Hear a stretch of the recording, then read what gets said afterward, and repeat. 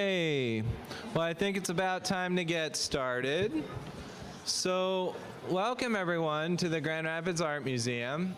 I'm John Carfagno, the Education Director, and we are so excited that you're here for tonight's special event. It's my job to get this party started, and the best way I know to get a party started is to get people clapping, hooting and hollering, having fun. Tonight, the museum is ours. This is a special night just for the GRPS community, so we can make as much noise as we want, and we can laugh and really rip it up. Let's do it.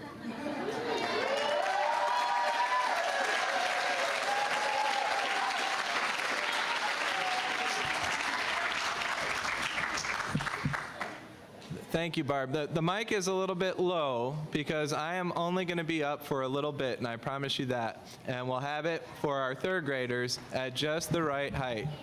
So I want to start by getting our third graders active and participating in tonight's program. So I want you to raise your hands if you're a third grader that has a work of art on view, nice and high.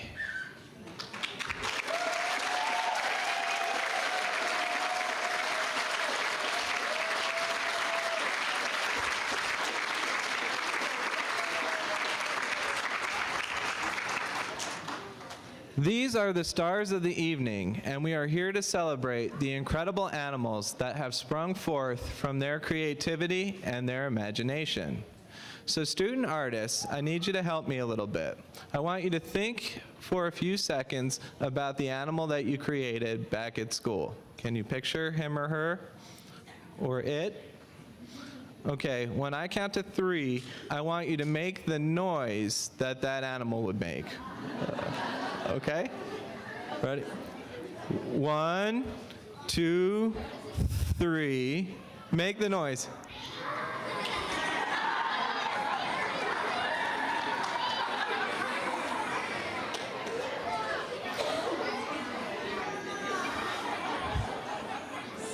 Okay, that sounded pretty good. And I think we're going to see tonight that some of those noises reflect some pretty wild animals, which is really, really cool. And we're so glad that you're here tonight and that you're letting us celebrate your artwork at the Grand Rapids Art Museum because the exhibition looks fantastic. I hope that you'll continue your career as an artist and continue to come to Graham to seek inspiration for your creativity. And parents, while you're here tonight, I encourage you to let your students guide you through the museum because I was fortunate. I got to come out of my office and see some of their tours, and I know that they know a lot about the museum. So third graders, I want you to try to help me one more time. If you remember a work of art from your tour, raise your hand. Okay. Now, this is the fun part. Keep your hand up if you want to tell the group something about that work of art. You got any brave souls? Somebody out there. You'll do it? Okay. We're going to have to go nice and loud because I don't have a wireless mic. Which work of art do you remember?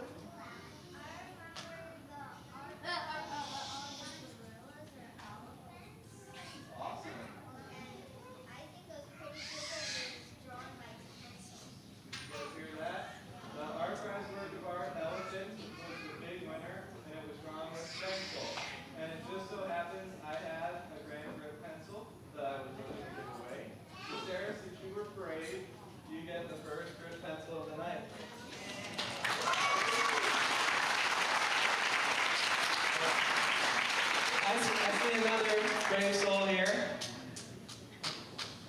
What is your name? Alexis, which work do you remember? I remember when I created this animal. It was a nice animal. It's half like a sheep, half bunny. And it's on view tonight? Found it? Yeah. Okay, so be sure to check out this animal. It's got a little bunny in it. It's got, what else? A horse and a sheep. So there's lots of animals in one. So Alexis, this is yours.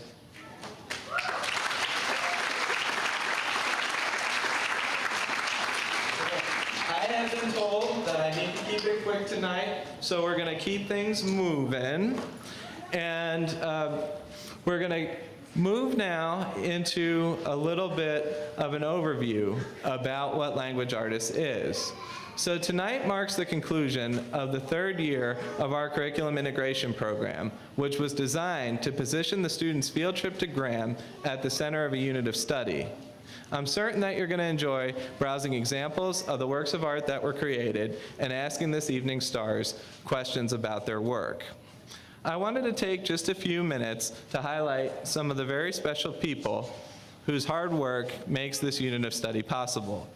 Here at Graham, we're very lucky to be led by a dynamic team of museum workers, our director, Dana Fries Hansen, and our deputy director and CFO for administration, Randy Van Antwerp. Both of them have been so supportive of the work that we do, and we could not do this without them. Next, there are some of my own personal heroes, our volunteer docents, many of whom are in attendance tonight. And they stepped up for the third consecutive year to lead tours for every third grader in Grand Rapids Public Schools. That's a lot of tours.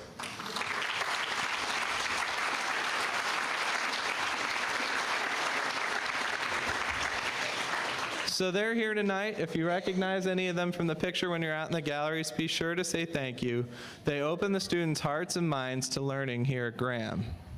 I'd also be remiss not to mention this fabulous team of museum educators who I get to work with. Much of their work and their expertise happens behind the scenes. They set everything up tonight, from mounting the exhibition to printing the brochures to making sure we have some great refreshments afterwards. So I am just so lucky to work with them all, and I want you to see their faces.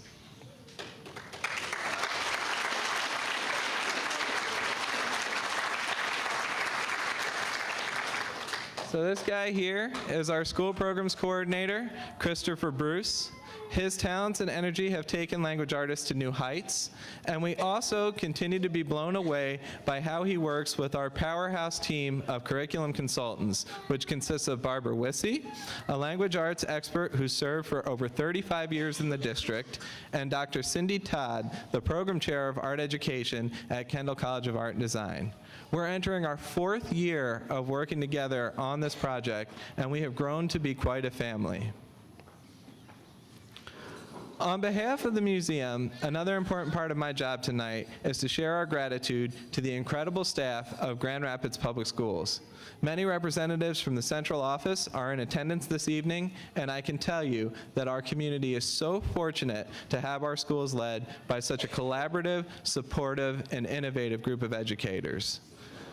Most importantly, though, this program could not happen without our art educators, classroom teachers, and the dedicated staff at every school who work together to share this museum with their students.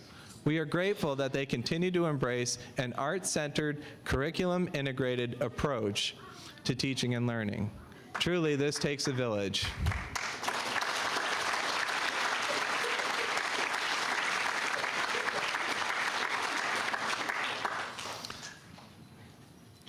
In just a moment, I'm going to hand you over to Barb Wissey, who will introduce some of the very special students that will be sharing their work.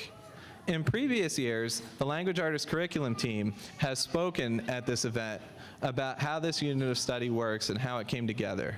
Tonight, though, we want to focus on the students, our talented and creative third graders. This time around, one student will describe in his own words the art-making process for the unit of study. We will do the same for the writing process as well.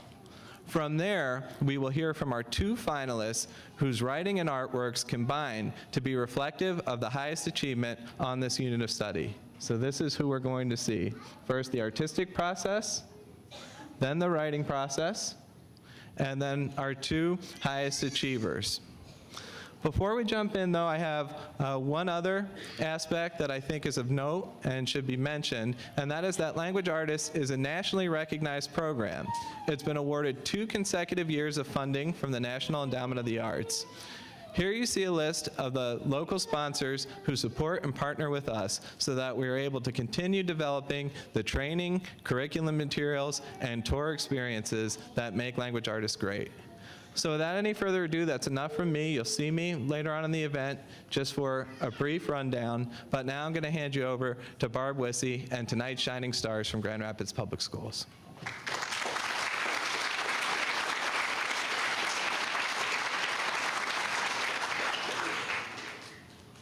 Good evening, everyone. When all 4 of our student presenters were asked to speak at tonight's event, each one accepted the challenge without hesitation, and they were eager to work overtime on their presentations that you're going to see in a moment. And it is my great honor to be able to introduce them all tonight. Our first presenter is our featured artist, Christian. He'll introduce himself and he'll explain the process he used to create his artwork. He's also going to highlight some of the criteria required for his composition. Just a little tidbit to get to know each one of these kids as I did. Christian told me that while we worked to prepare for tonight that he always loved art, but he was really motivated to work on this project because he got to choose what animals would become his hybrid creature. Without giving anything away, he will tell you more about this. One animal he chose was a shark, because he's always loved sharks, and he was studying sharks in his classroom, his research report on ocean animals. The other animal he chose was a bee, because he had just seen a program on TV that was meaningful to him about bees and how they could cause an allergic reaction in humans. So I would like to present Christian to you now. Come on up, Christian.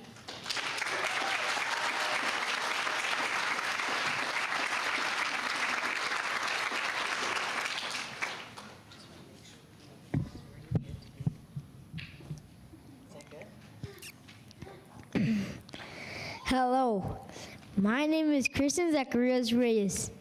I go to Congress School. My 3rd grade teacher is Miss Howard and my art teacher is Miss Hagan. I would like to describe how I create my artwork at the Language Artists Unit of Study. After our visit to Graham where we looked at animals in art, we went back to school and started working with the art teacher.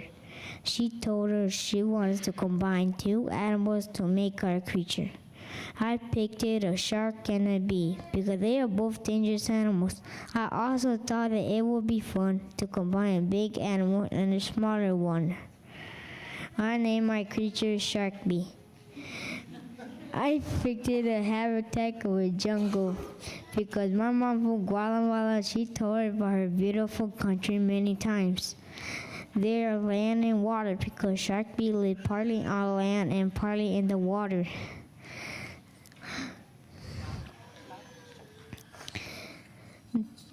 The shark bee eats honey from the flower and fish from the lake. I started using crayon and watercolor to do my background and foreground. Notice that my mountains in the background, they are small so they look far away. So the flowers in the foreground, they look big, they look close up. You can see also that I view bright, cool colors of a jungle. And next I cut out and felt tissue paper over the body and other bumpy blue materials and added some texture over the crayons and watercolor for the middle ground. You could see how I make my green land, tissue paper, bushes, another blue water, and more interesting to look at. Okay. Then, the most important part, I created my shark bee. I started using crayon and watercolor to doing that again. Let that dry. I cut out. You can see that the body of a shark and wings and antennas from a bee.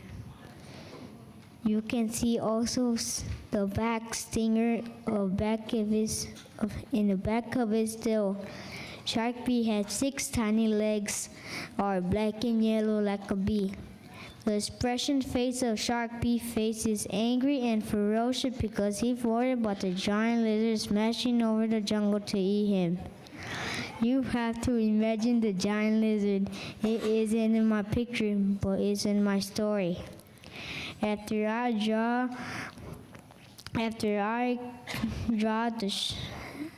my drawing of the Sharkbee dry, I cut out and added cotton balls to the wings so it can look like the fuzzy wings from a bee.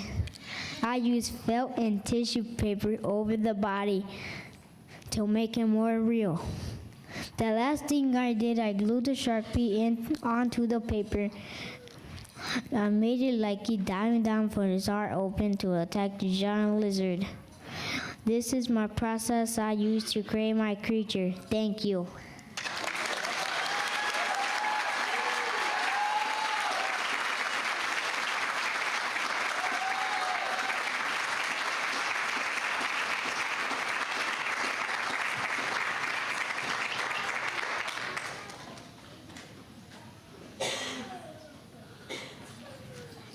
You feel free to interview him afterwards if you'd like to. Our next presenter is Siona, who is our featured writer. She will introduce herself and explain the process she used to write her story.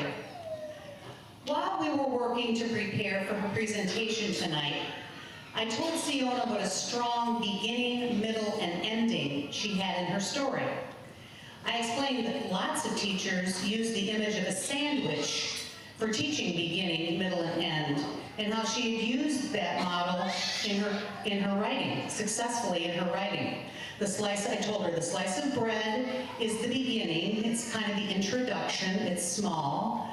The other slice of bread is the ending, it kind of wraps things up. And then the part in the middle is the meat, the meat of the story is the big, thick part. And her response to this was, well, I'm a vegetarian, so that really doesn't work for me. We did figure out some things that could go into her sandwich to make it nice and thick, so other than meat. As you listen to her read her story, please notice some of the strengths of her writing, such as smooth transitions, specific word choice, a clear beginning, middle, and ending that include a conflict and resolution, and the unique voice or personality that you hear in her writing. Siona?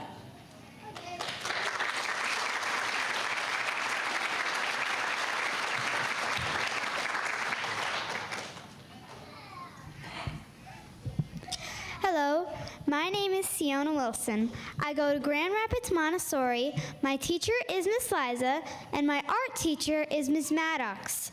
I am going to read my story to you first, then I'll explain the process I used to write my story.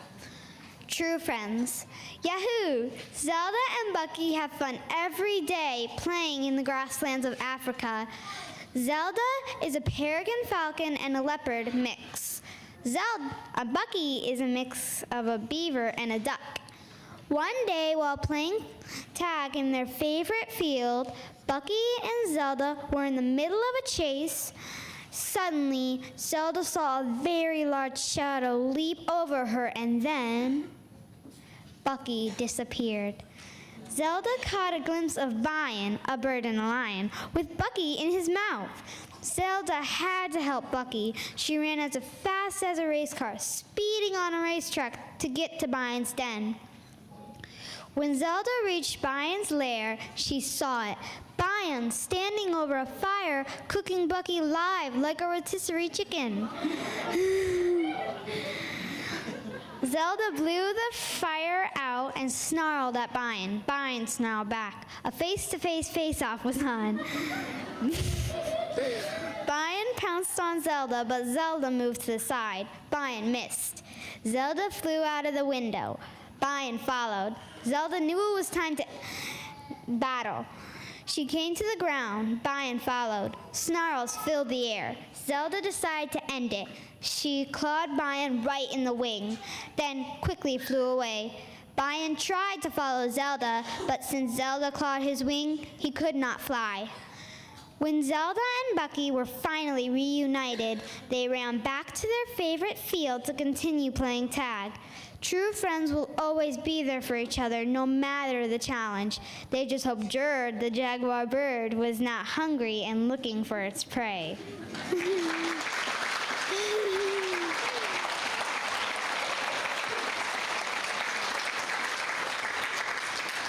For the story you just heard, I actually started with the artwork in art class. Then I did a story planner in the classroom. After that, I worked on the artwork in art. I worked on the artwork and the story at the same time, adding and revising both as I went. After every paragraph, I stopped and went back to read what I had written. I wanted to add things so the reader could clearly see, like a video in their heads, what I was writing about. I also wanted to be sure I was staying on topic. In the first paragraph, I thought something was missing. I wanted to start my story with something exciting and wanted to get the reader's attention. So I decided to add Yahoo at the very beginning of the story to set the mood. At the end of the paragraph, I thought it would be really cool to create some suspense. So I put in the words, suddenly Zelda saw a very large shadow leap over her, and then Bucky disappeared. I also wanted to be descriptive in my writing. In the second paragraph, I wrote, caught a glimpse, instead of boring words like I saw. You'll notice I used a simile when I wrote how fast Zelda was going. She ran as fast as a race car, speeding on a racetrack. Another simile I added later in the second paragraph was cooking Bucky alive like a rotisserie chicken. By the way, a simile is a way of describing something using the words like or as. I had better idea for my problem and solution than I originally planned, so I changed the plot a little. I didn't want to make my story too violent, like the death of Bion, so I decided to make it so we could not follow Zelda because he was just wounded. In the story, I said Zelda clawed his wing, just to tell you. I wanted my story to have a theme, so I started by making it the title. I have a lot of friends, and friendship is important to me. I wanted the reader to learn a lesson that there's always a strong bond with true friends, and we should always do everything we can to save our friends when they're in danger. This is the process I used to write my story.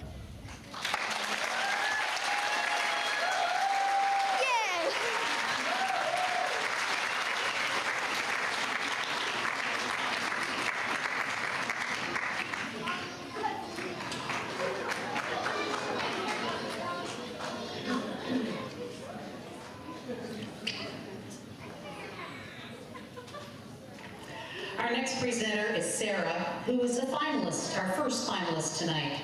She'll introduce herself and she will read her narrative first and then her compare-contrast piece. When I asked Sarah if she was nervous about speaking at this event tonight so that I could kind of help her with her jitters, she said, unexpectedly, no, not really. I've done a lot of plays at my church, so I've had a lot of experience in front of an audience. Sarah had some real words of wisdom as we talked and prepared for tonight's presentation. Student writers and writers of any age, pay attention. First, Sarah explained to me that she used a bubble map to plan the beginning, middle, and ending of her story, but she had some pretty good ideas right then about some details she wanted to include, so she used sticky notes to write them down so she wouldn't forget them. Second, she said that from looking at her artwork, she knew exactly what she was going to do for her problem solution. There were no trees in her composition, and her creature was part giraffe. Finally, Sarah told me that her story was created by, quote, interacting her actual life with her made-up ideas. We can't teach it any better than that. Sarah?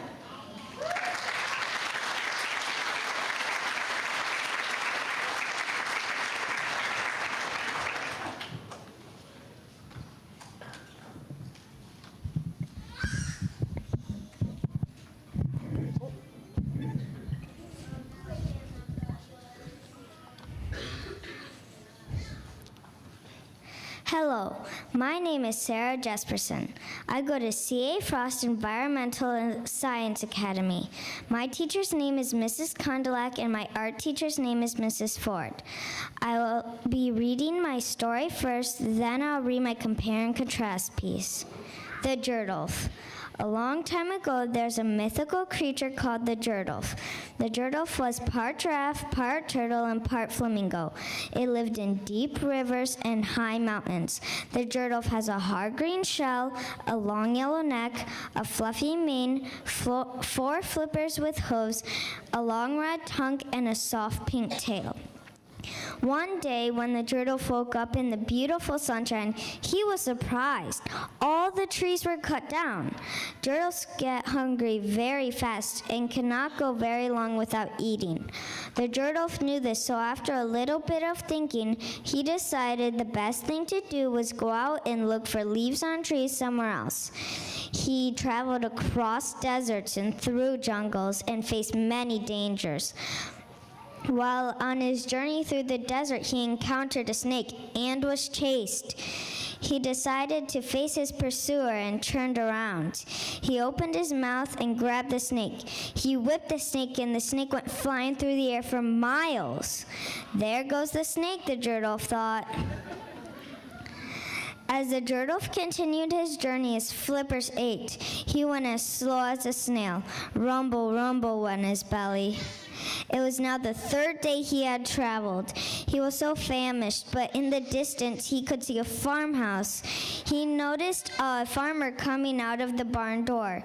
Now Gerdulfs do not talk much, but this was an emergency, so he forced himself to speak.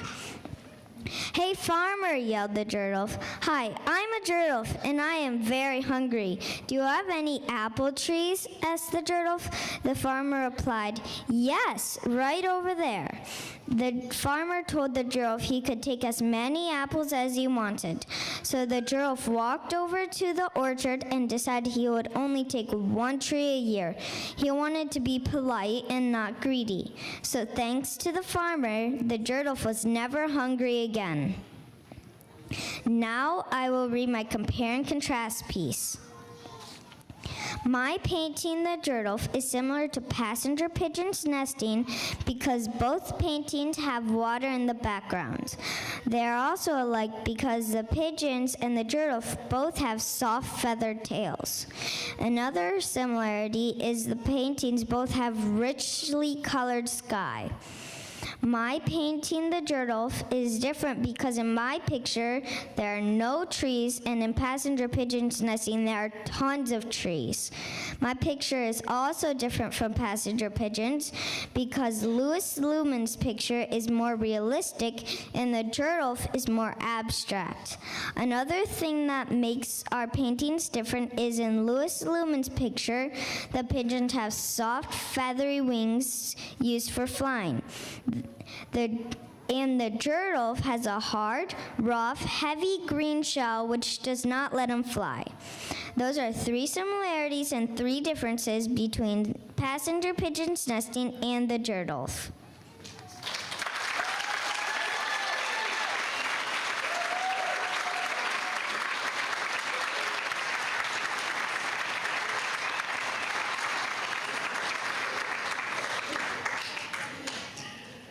Our final presenter tonight is Vivian, who is also a finalist this year.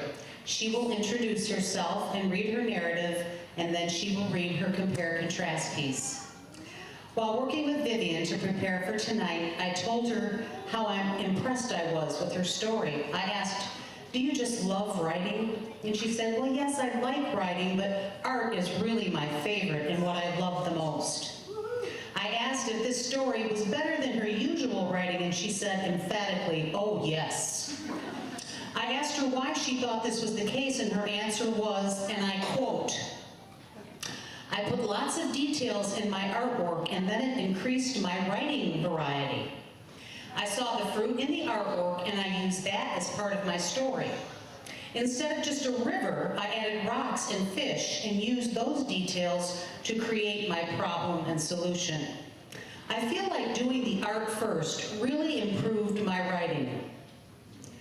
Well, I got goosebumps.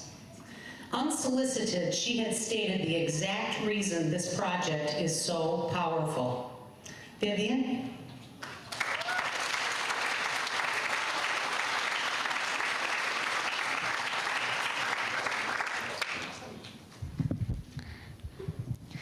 Hello, my name is Vivian Carmichael. I go to Grand Rapids Montessori. My teacher is Miss Betsy, and my art teacher is Miss Maddox. I am going to be reading my first story and then my compare and contrast piece. Ava's lunch. Ava is a deer. She's a deer/beaver. Ava has a deer head and a beaver body. She has long antlers and a beaver tail. One day, Ava was walking through the forest with tall, beautiful trees. The smell of the ripe fruit made her taste buds tingle. When strolling by the river, she saw the tasty fish and said, "I am hungry," with a sigh. Ava liked fruit the best, so she tried to reach it off the trees, but she was too short. Then Ava tried to get the fish, but they zoomed away so fast before you could even say noodle. "Darn, I can't get fish or fruit," Ava said angrily. She sat there and thought. Then Ava said happily, "I could get Kelly the giraffe and Buck the duck to help me. Kelly can get the fruit because she is tall, and Buck can get the fish because he is a good swimmer." So Ava walked to Buck and Kelly's house. She said to Buck and Kelly, "Can you please help me to get fish and fruit?" "Sure," said Buck and Kelly with a smile. So they set off for where the fruit is ripe and the fish is tasty. Kelly got some fruit off the trees with her tongue, and Buck caught some fish from the river in his bill. "Here you go," said Kelly, handing Ava some fruit. "Here's the fish," said Buck. Ava asked them excitedly, "Do you want to have lunch?" "Yes," said Kelly happily. "Sure," said Buck with a smile. So the three friends went to Ava's house and ate lunch, enjoying each other's company.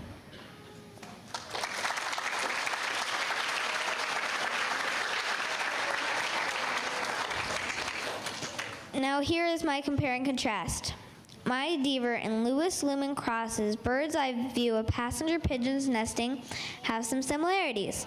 One similarity is in both pictures there are lots of trees. You could even say it is a forest. Another common feature is both pictures have water in them. In both pictures you can see brushstrokes. Here are some dissimilarities in the pictures. One obvious difference is my animal is a hybrid of a beaver and a deer, where in passenger pigeons, they're just pigeons. I made my picture out of all different types of materials, and Cross used oil paints. Passenger pigeons is more realistic and mine is more abstract. As you can see, there is a lot of similarities and differences in our pictures.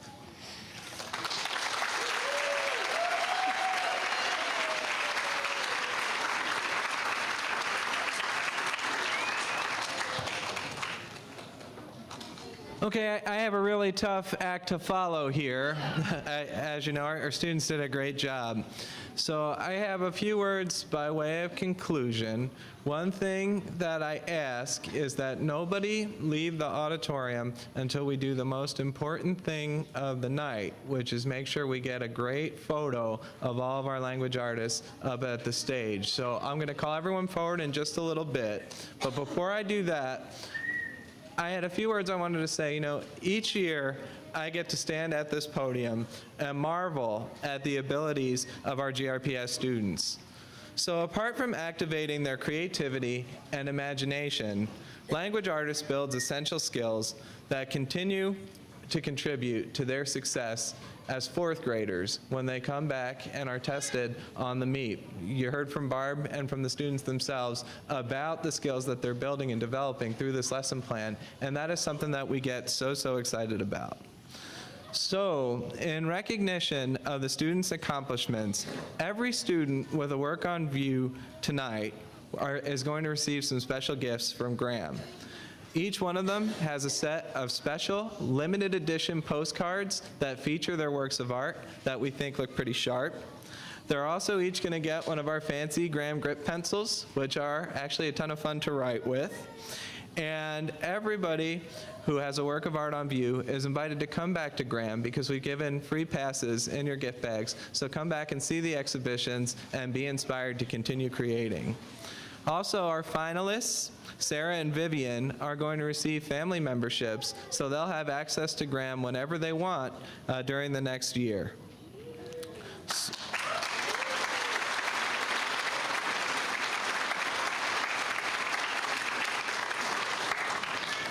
So, just a reminder, we're not going to leave the auditorium yet, but when you do, know that the fun is really just starting. We're going to ask our student presenters to find your work of art, find your animal, and hang out by it. Answer any questions that your friends or family members or teachers might have about what you've done. And we encourage you to see as much of the exhibition as you can. Try to see at least 2. The galleries are also open. We have a great exhibition on the second floor of Susanna Allen Hunter's improvisational quilts, a great statement about the creative process, and they're also just a ton of fun to take a look at. And we also want to make sure that you visit the information table up front by Blue and White, our famous Ellsworth Kelly sculpture. That's actually a sculpture. And be sure to enter to win a summer camp membership, because we have summer camps coming up, and it's a great way to get to know the museum even better. So I want to ask our third grade artists, could you all come forward? Christopher, Katie, and the gang are going to help you get situated for a nice photo.